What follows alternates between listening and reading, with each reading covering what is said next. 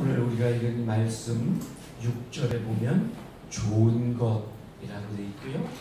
9절에 보면 선을 행하되, 선행 또는 다른 번역을 보면 선한 일 이렇게 되어 있고요. 그 다음 10절에도 착한 일을 하되, 착한 일. 세 개의 단어가 있는데요.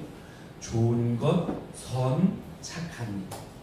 우리는 이렇게 우리 성경은 좀 다르게 표현을 했는데 영어 성경에서는 똑같은 단어를 썼어요. good이라는 단어예요. 그래서 6절은 good things라고 되어 있고, 그 다음에 9절은 doing good 이렇게 되어 있고, 그 다음 10절은 do good 이렇게 해서 선을, 착한 일을 행하는 것, 착한 것 이렇게 쓰고 있습니다. 헬라어 성경을 살펴보니까요, 6절과 9절은 아가도스라는 단어를 썼고, 그 다음 9절 중간에 있는 건 칼로스라는 단어를 썼어요. 이걸 보면 같은 단어예요. 두 개 다 선이라는 뜻인데, 6절과 10절에 나오는 아가도스는 관계적인 선, 그리고 9절에 있는 칼로스는 윤리적 선. 이게 같은 선이에요. 약간의 개념상으로 차이가 있지만 같은 착한 것, 선한 것이에요. 그래서 성경을 연구하는 학자들은 이 두 단어는 똑같은 거다. 바울은 다만 편지를 쓰는데 조금 편지의 맛을 살리기 위해서 이 단어를 이렇게 교대로 썼다, 이렇게 주장을 합니다. 오늘 우리가 읽은 이 성경은 갈라디아서입니다. 갈라디아에 쓴 편지예요. 갈라디아가 어디냐? 갈라디아는 바울이 1차 전도 여행을 갔던 지역 이름이에요. 한 동네 이름이 아니고 지역. 우리가 치면 중부 지역, 호남 지역, 영남 지역 하듯이 갈라디아 지역이에요. 이 갈라디아 지역에 이고니온 교회, 루스드라 교회, 안디옥 교회, 더베 교회, 이런 교회들이 있어요. 그 지역에 있는 교회들에게 편지를 쓴 거예요. 그럼 이 편지를 그 교회들이 받아가지고 이 교회에서 읽고, 그리고 그 편지를 또 다른 교회에 갖다 주면 다른 교회에서도 읽고, 이렇게 회람을 하는 거예요. 근데 이 내용을 보면 바울은 이렇게 얘기를 해요. 이 갈라디아서를 작은 로마서라고 그렇게 표현하거든요. 로마서를 함축해 놓은 거예요. 자, 우리의 믿음은, 우리가 믿는 것은 믿음으로, 예수 그리스도를 나의 구주로 믿음으로 구원 얻는 거다, 이거잖아요. 바울은 그렇게 가르쳤어요. 그리스도의 복음은 그리스도를 믿음으로 구원받는다, 이렇게 가르쳤는데, 이 갈라디아 지역에 어느새 슬그머니 유대인들이 많이 사니까 유대인들이 유대교로 돌아가려고 하는 그런 움직임이 보인단 말이에요. 믿음으로 구원 얻는데 그건 좋은데, 그래도 우리가 유대인이니까 할 일도 해내고, 또 어떻게 믿음 아무것도 안 하고 그리고 구원받냐? 짐승의 제사를 지내는 것처럼 그렇게 제사도 다시 지내고 안식일도 지키고 뭐 이런 걸 해야 되지 않냐? 이렇게 된 거예요. 사실 구약의 성도들은 해야 되는 일들이 많았거든요. 그런 것들을, 구약의 율법들을 지키면서 믿음 생활을 하다가 예수 그리스도께서 오셔서 믿음으로 구원 얻는다, 이 진리를 얘기하고는 이것이 다 폐지됐어요. 그러니까 이거 너무 하는 게 없는데 이렇게 해도 구원받을 수 있나? 이렇게 됐단 말이에요. 그래서 점점점 시간이 지나면서 다시 유대교적인 것들을 하나씩 도로 시행하기를 시작했어요. 그래서 그런 소식을 들은 바울이 1차 전도 여행 때 이렇게 세운 교회인데, 지금 바울은 3차 전도 여행 중이에요. 이 편지를 쓴 곳이 마게도냐 지역, 유럽 지역이거나 아니면 에베소 지역일 것이라고 추측을 하는데, 거기서 그 소식을 듣고 야, 왜 또 유대교를 끌어들여서 다시 옛날에 다 그거 정리해놨는데 왜 또 그걸 믿으려고 하느냐. 그래서 편지를 쓰는 거예요. 내가 그리스도의 복음을 전했는데 왜 다른 복음을, 너희들이 이 그리스도의 복음에서 떠나 다른 복음을 지켜야 된다고 그리로 넘어가고 있느냐. 그렇지 않다. 우리는 율법의 행위로가 아닌 믿음으로 구원 얻는 것이다. 믿음 안에서 진정한 자유를 누리면서 구원 얻는 것이다. 이렇게 이 갈라디아서에서 쓰고 있다는 거죠. 그래서 이 갈라디아서를 잘 읽어보면 율법과 믿음에 대한 것을 잘 이렇게 설명을 해주고 있어요. 이것을 좀 더 자세히 설명한 게 로마서예요. 자, 이 갈라디아서에 보면 율법이라는 건 과거에 예수님 오시기 전에 사람들이 어떻게 살아야 될지를 가르쳐 준 것이다. 그래서 율법은 우리 사람들이 죄짓지 말고 살아야 되는데, 그래도 사람이다 보니까 죄를 짓지 않느냐. 그렇게 죄 지었을 때 짐승을 끌어다가 죄를 뒤집어 씌우고, 내 죄를 대신에 짐승을 잡아 내 피를 대신에 짐승의 피를 올려서 드리고, 내가 하나님의 백성이라는 걸 증명하기 위해서 육체의 할례를 행하고 이렇게 했다.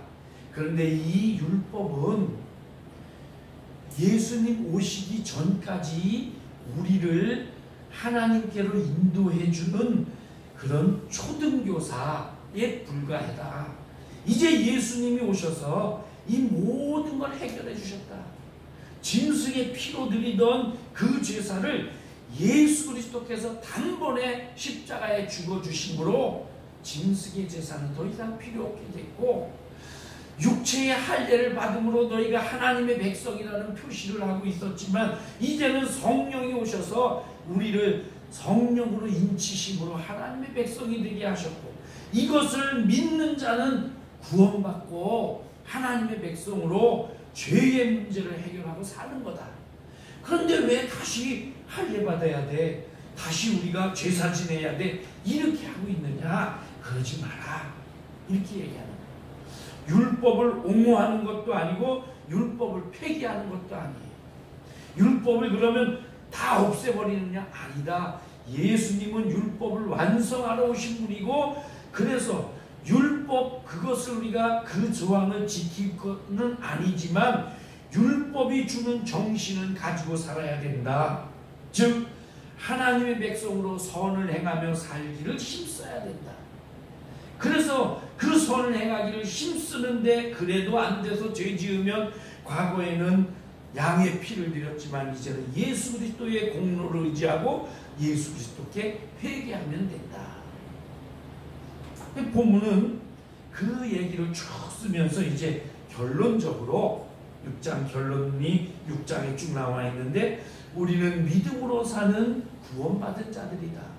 믿음으로 사는 거, 이게 율법의 정신을 가지고 사는 선한 것이고, 이 선한 일을 하면서 선하게 살려고 애쓰는 너희들이 그렇게 살다가 낙심하지 말아라. 선을 행하며 끝까지 살았는데 이건 뭐 아무것도 아니야 이러면서 낙심하지 말아라. 하나님은 심은 대로 거두게 하시는 하나님이다. 그러니까 너희들이 선을 심으면 지금 당장 거두는 게 없을지 몰라도 그 선을 나중에는 반드시 네가 심은 대로 거두게 될 것이다. 그러므로 우리가 믿음으로 사는 것, 말씀을 가르치는 자와 함께 믿음으로 사는 것, 이것을 힘쓰고 선을 행하기를 힘쓰고, 그 다음에 이 선을 다른 믿는 자들에게, 또 믿음의 가정들에게 자꾸 나누기를 힘써라.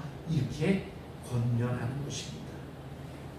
자, 그런데 여기 갈라디아서 6장 9절에 보면 우리가 선을 행하되 낙심하지 말지니 피곤하지 아니하면 때가 이름에 거두리라. 이것을 세번역으로 보니까 선을 행하되가 선한 일을 하다가 이렇게 되어 있고요. 피곤하지 아니하면 이 말을 지쳐서 넘어지지 아니하면 이렇게 되어 있어요. 현대인의 성경에는 포기하지 않는다면 반드시 거둘 것이다 이렇게 되어 있어요. 데살로니가 후서 3장 13절에도 형제들아 너희는 선을 행하다가 낙심하지 말라 이렇게 되어 있습니다. 낙심이 뭐예요? 한자로 그대로 해석하면 떨어질 낙 마음심, 마음이 뚝 떨어진 거예요. 과일나무에서 과일이 뚝 떨어져서 먹을 수 없게 익지 않게 된 것처럼 낙심은 내가 어떤 일을 행하는데 이게 익기도 전에 열매를 거두기도 전에 뚝 떨어져서 소용없게 된 게 낙심이에요. 사전을 찾아보니까 바라던 일을 이루지 못하여 마음이 상함. 그러니까 뭔가 하려고 했는데 잘 안 되니까 실망하고 그래서 멈추고 포기하고 또는 피곤해서 지쳐서 넘어지는 것. 그런데 성경은 말합니다. 낙심하지 말지니. 낙심하지 말고 끝까지 인내하고 참고 견디라는 것. 끝까지 이 우리가 행하던 선한 일, 믿음의 길을 그대로 가라는 것입니다. 어느 책에서 이런 얘기를 읽었어요. 어느 날 아주 오래된 노련한 마귀가 광고를 했어요. 자기가 쓰던 모든 물건을 다 경매 처분할 테니까 와서 사가라. 그랬더니 이 쫄따구 마귀들이 막 야 우리 선배님이 쓰던 물건을 판다니까 가서 싸게 사자. 그리고 다 몰려들었어요.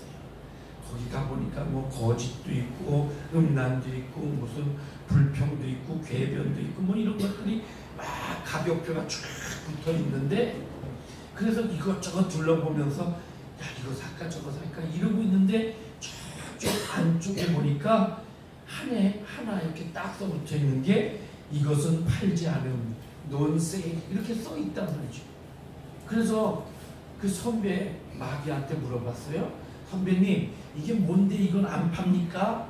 그랬더니 그 선배 마귀가 내가 오랫동안 경험을 했는데 다른 건 있으면 좋고 없어도 괜찮아. 근데 요거는 절대로 없어서는 안 되는 거라서 내가 안 팔아. 이게 뭐냐? 그게 낙심이다. 낙심만 사람 마음속에 집어넣으면 뭐든지 다 할 수 있다. 여러분 그래요. 낙심이라는 도구가 마귀가 아주 유용하게 사용하는 우리를 넘어지게 하는 도구예요. 그래서 신앙생활 잘하는 사람도 무슨 직분을 많이 받은 사람도 오래 신앙생활한 사람도 어떤 인기가 많은 그런 사람도 이 낙심이라는 녀석이 살짝 들어오면 그러면 그대로 시험 들고 넘어진다는 거예요. 나태해지고 유혹에 넘어지고 시험에 빠지고 잘 신앙생활 하던 것도 그만두게 되고 교회 안 나가 이렇게 되고 불평하게 되고 이렇게 된다는 거죠. 그런데 이 낙심이라는 녀석은 친구가 하나 있어요. 누구냐면 절망이에요. 얘네 둘이 비슷하게 생겼어요. 그래서 구별이 잘 안 돼. 근데 이 녀석들이 둘이 꼭 붙어 다녀. 낙심이라는 녀석이 오면 절망도 같이 붙어오고 절망이라는 녀석이 오면 낙심이라는 녀석도 같이 붙어와요. 이 두 개를 이길 수 있는 힘은 고린도전서 13장 13절에 있는 것처럼 믿음과 소망과 사랑이에요. 믿음으로 낙심을 이길 수 있어요. 소망을 가짐으로 절망을 이길 수 있어요. 그리고 주님을 더 사랑함으로써 이 낙심과 절망을 끊어버릴 수 있다는 것입니다. 자, 오늘 말씀 선을 행하다가 낙심하지 말지니 구체적으로 우리가 어떻게 낙심하지 말아야 될까 몇 개만 살펴볼게요. 첫 번째, 선행의 결과가 없을 때 낙심하지 말라는 거예요. 착하게 살고 믿음으로 살려고 우리가 많이 애쓰잖아요. 그런데 별로 얻어지는 게 없어. 열매가 없는 것 같아. 그러면 낙심하게 돼요. 저는 목회를 하면서 그런 성도들 참 많이 봤어요. 정말 믿음으로 살려고 많이 애쓰고 발버둥을 쳐요. 그런데 그렇게 하는데도 잘 되는 게 없고 자꾸 얻어지는 결과가 없고 그러니까 낙심하시더라고요.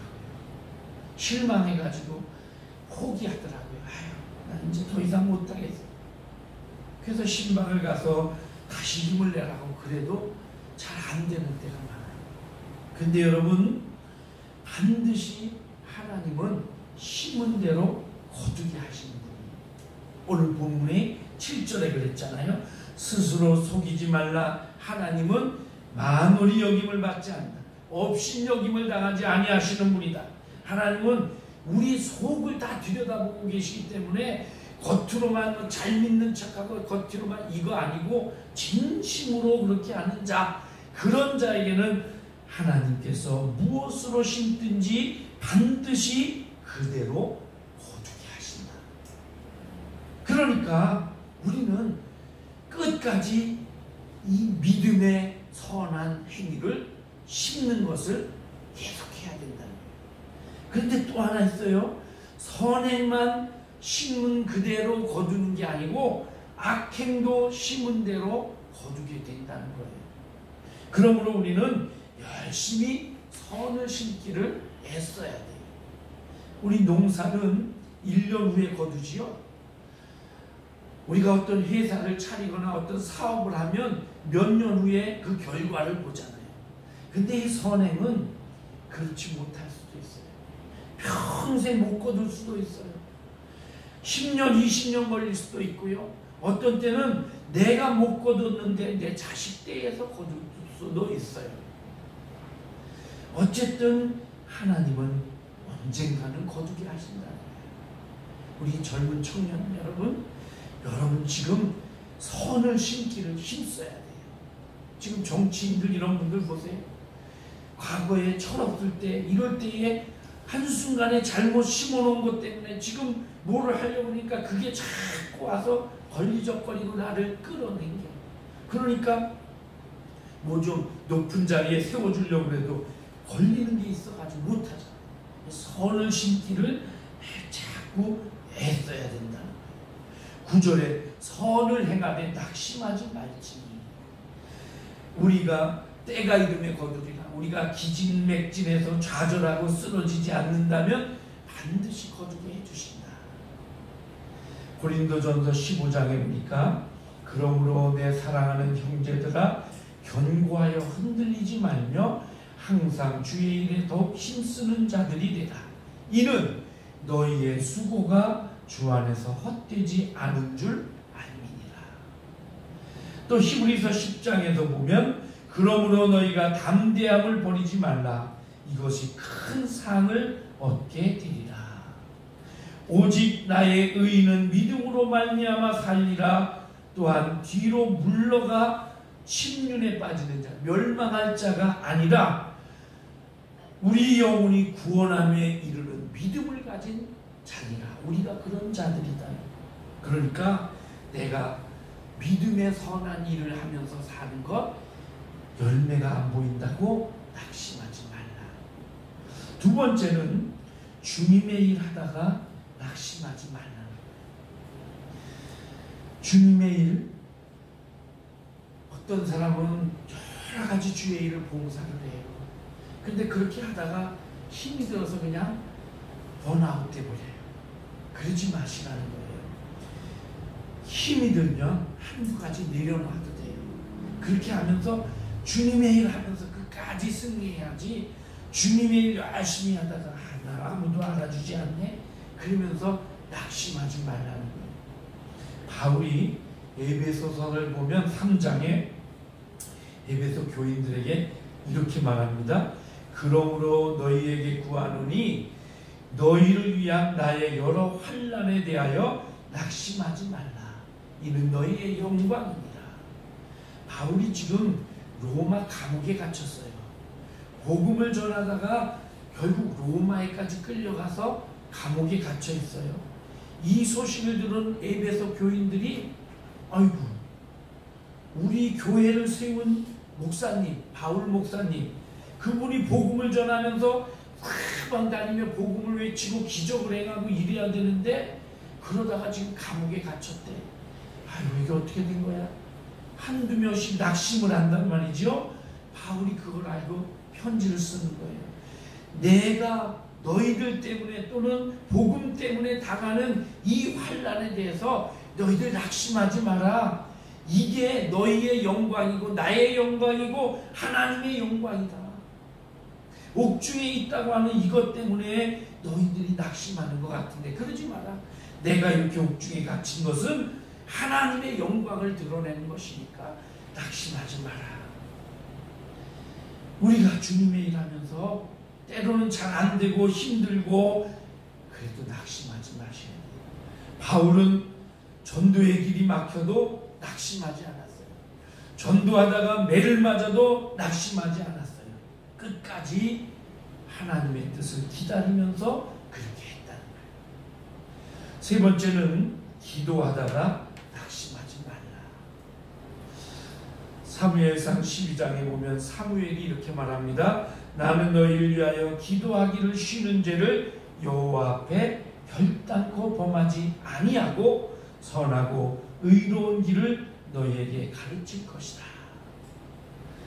사무엘이 마지막 은퇴하면서 한 말이에요. 나는 끝까지 기도 쉬는 거를 그런 죄를 범하지 않고 기도하겠다. 너희를 위해서.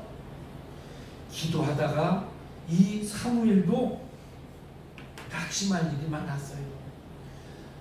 사울 왕을 세웠는데 기도해서 세웠는데 이 왕이 하나님 뜻대로 하지 않고 하나님 뜻을 어긋났다. 그래서 하나님이 버렸어요. 그런 거 볼 때 야, 내가 기도해서 세운 왕인데 이스라엘의 첫 번째 왕인데 낙심할 수 있었는데 낙심하지 않았어요. 하나님 뜻에 위배되는 것이 아닌 이상 믿고 끝까지 기도하라는 겁니다. 누가복음 18장에서 예수님께서 이 가난한 과부와 불의한 재판관 이야기를 하십니다. 아무것도 가진 것 없는 한 가난한 과부가 자기 억울한 사정이 있어서 재판관을 찾아갑니다. 찾아가서 나의 억울한 사정을 좀 해결해 주십시오. 그렇게 탄원을 해요. 매일 찾아가요. 매일. 이 재판관이 가만히 보니까 돈도 없고 백도 없고 힘도 없고 뭐 좀 무시해도 되겠는데 저 사람 도와줘봤자 돈 생길 것도 없는데 부잣집은 뭐 그렇게 해주면 한 돈을 좀 주겠지만 이 사람 줘봤자 돈 푼돈이나 주겠는데 그런 악한 재판관이었는데 이거 내가 해주고 싶지 않은데 저 가만두면 매일 와서 나를 귀찮게 할 거니까 에휴 해주자 이래서 해준다는 거예요. 불의한 재판관도 이렇게 해주는데 하물며 좋으신 너희 아버지 하나님이 너희가 끈질기게 기도하면 안 해주겠느냐. 그러므로 기도하다가 낙심하지 말고 끈질기게 기도하라. 하나님의 뜻이 무언가를 내가 기도할 때 잘 안 되면 하나님 뜻대로 하고 있나 이걸 확인해야 돼요. 그러면서 다시 하나님 뜻이 무엇인가를 확인하면서 계속 기도하는 거예요. 제 책꽂이에 아들아 1m만 더 파보렴 이런 책이 있어요. 제목이 그거예요. 이게 예화들을 이렇게 모아놓은 책인데 거기 이런 얘기가 있어요. 미국에서 막 사람들이 금을 캐려고 금광을 찾아서 서부로 막 이렇게 가던 그런 시기에 한 사람이 역시 자기도 금을 캐겠다고 서부로 갔어요. 서쪽에 가서 땅을 사가지고 울타리를 쳐놓고 그 땅을 파는 거예요. 금이 나오기를.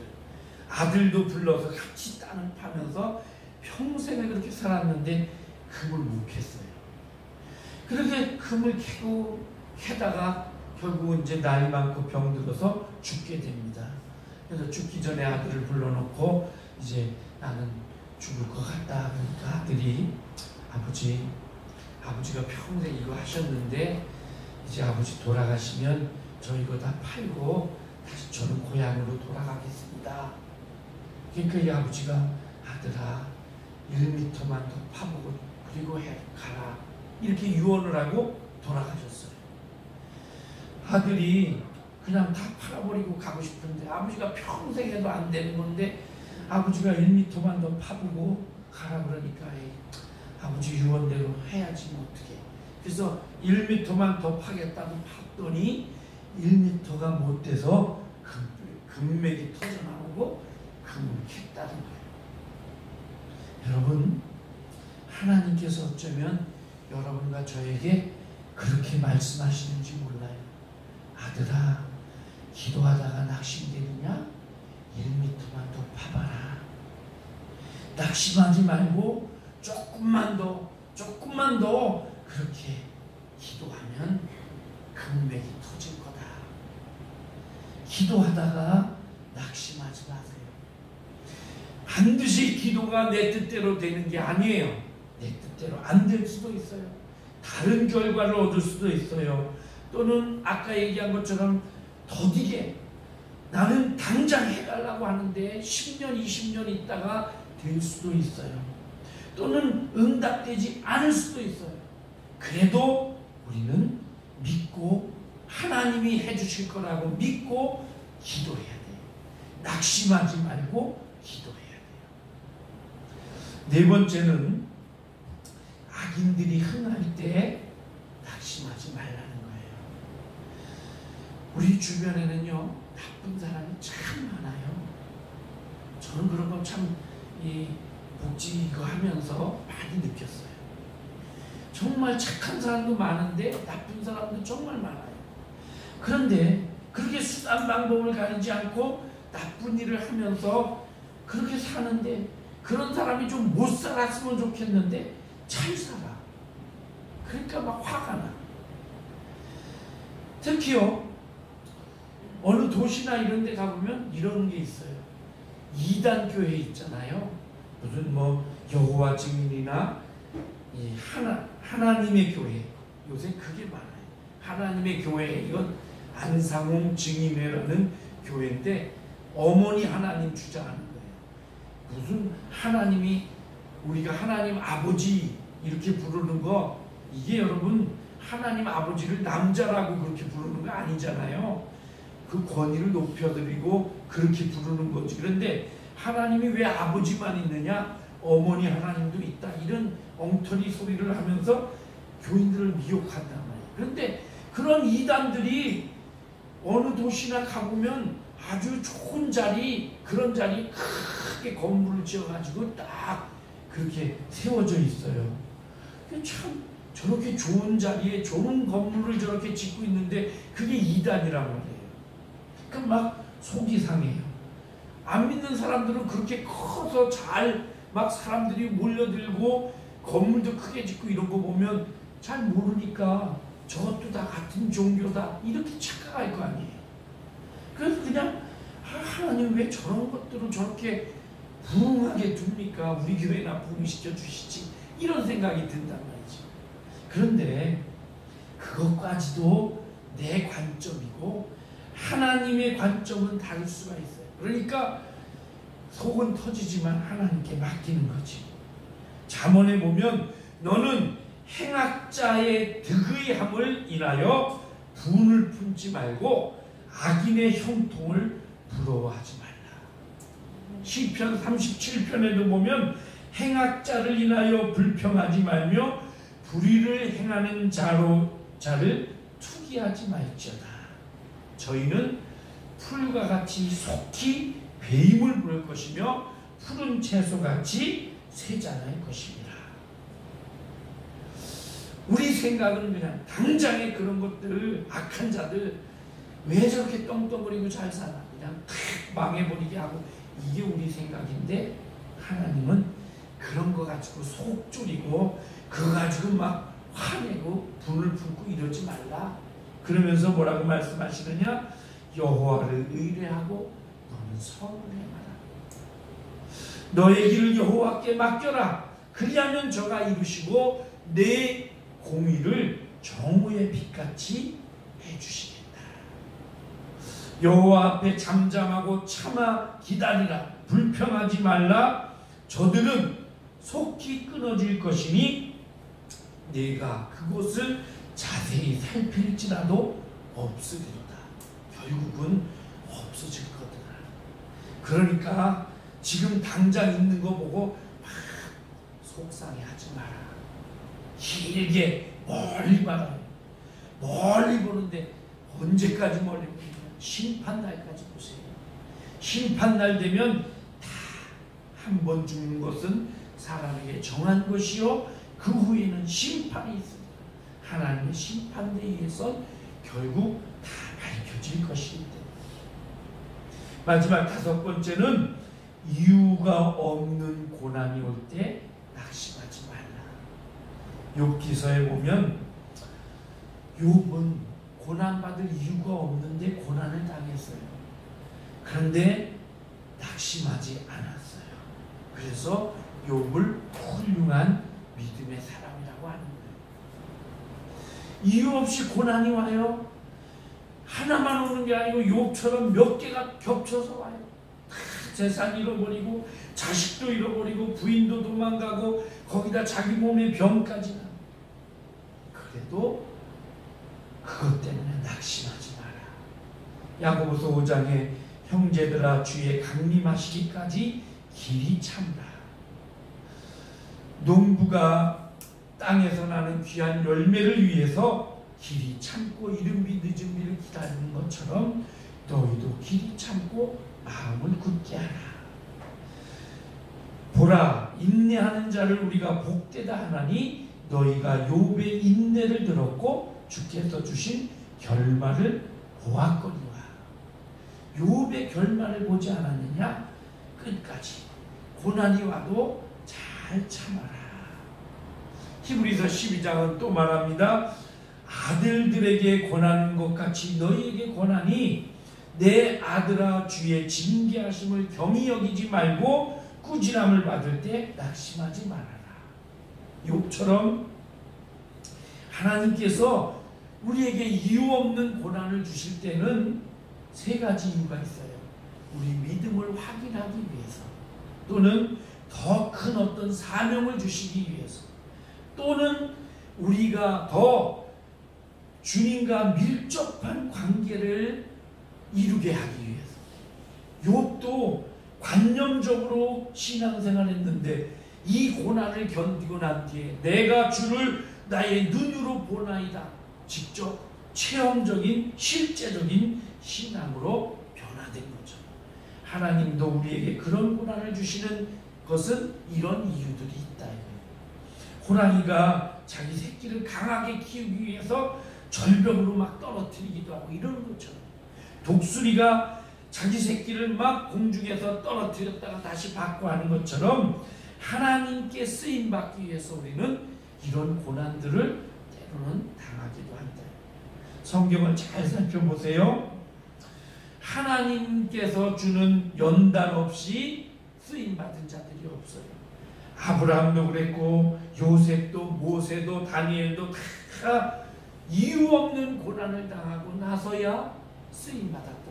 심지어는 하나님의 아들인 예수 그리스도도 광야에서 마귀에게 시험을 당한 후에 공생애를 시작했어요. 슬프고 힘든 것, 진짜 힘든 것은 아무런 징계도 없고 고난도 없다는 거예요. 하나님이 그냥 내버려 두는 거, 이게 정말 무서운 거고 슬픈 거예요. 내가 잘하든 잘못하든 하나님 관심도 없어. 방관해. 로마서에 보니까 저들을 그냥 내어버려 두셨다. 내버려 두셨어. 쳐다도 안 봐. 이게 정말 무관심한, 이게 무서운 거지. 하나님께서 때로는 때리기도 하고 때로는 야단도 치고 이것은 감사할 일이라는 거예요. 그래서 고난이 올 때 감사해야 됩니다. 찬양해야 됩니다. 어린아기에게 야단을 치면 어린아기가 그 엄마 품에 막 달려들면서 울잖아요. 우리에게 고난이 올 때 더 주님께 나아가서 더 주님 붙잡으면서 매달려야 됩니다. 사랑하는 성도 여러분, 주님이 말씀하셔요. 낙심하지 말지니. 우리 청소년 여러분 공부하면서 또 여러분 미래를 준비하면서 힘들지요. 낙심하지 마세요. 선을 행하다가 주님이 일하다가 기도하다가 나쁜 사람들 악한 자들이 잘 되는 거 보면서 또는 까닭없이 자꾸 내게 어려움이 온다. 낙심하지 말고 끝까지 믿음과 소망과 사랑을 가지고 끝까지 주님 앞에 더 매달리세요. 하나님을 사랑하는 자 곧 그 뜻대로 부르심을 입은 자들에게는 모든 것이 합력하여 선을 이루느니라. 결국 낙심하지 않는 자에게 무엇을 심었든지 그 심은 것을 주님이 그대로 거두게 하십니다. 기도하겠습니다. 하나님, 우리는 때로 낙심하고 절망합니다. 선한 일을 행하다가도 낙심하고 또 주님의 일 하다가도 절망하고 기도하다가도 악한 자들이 잘 되는 거 볼 때 까닭없이 자꾸 어려움이 겹칠 때 낙심하게 됩니다. 오늘 주님이 말씀을 통해서 낙심하지 말지니 우리에게 말씀해 주시니 감사합니다.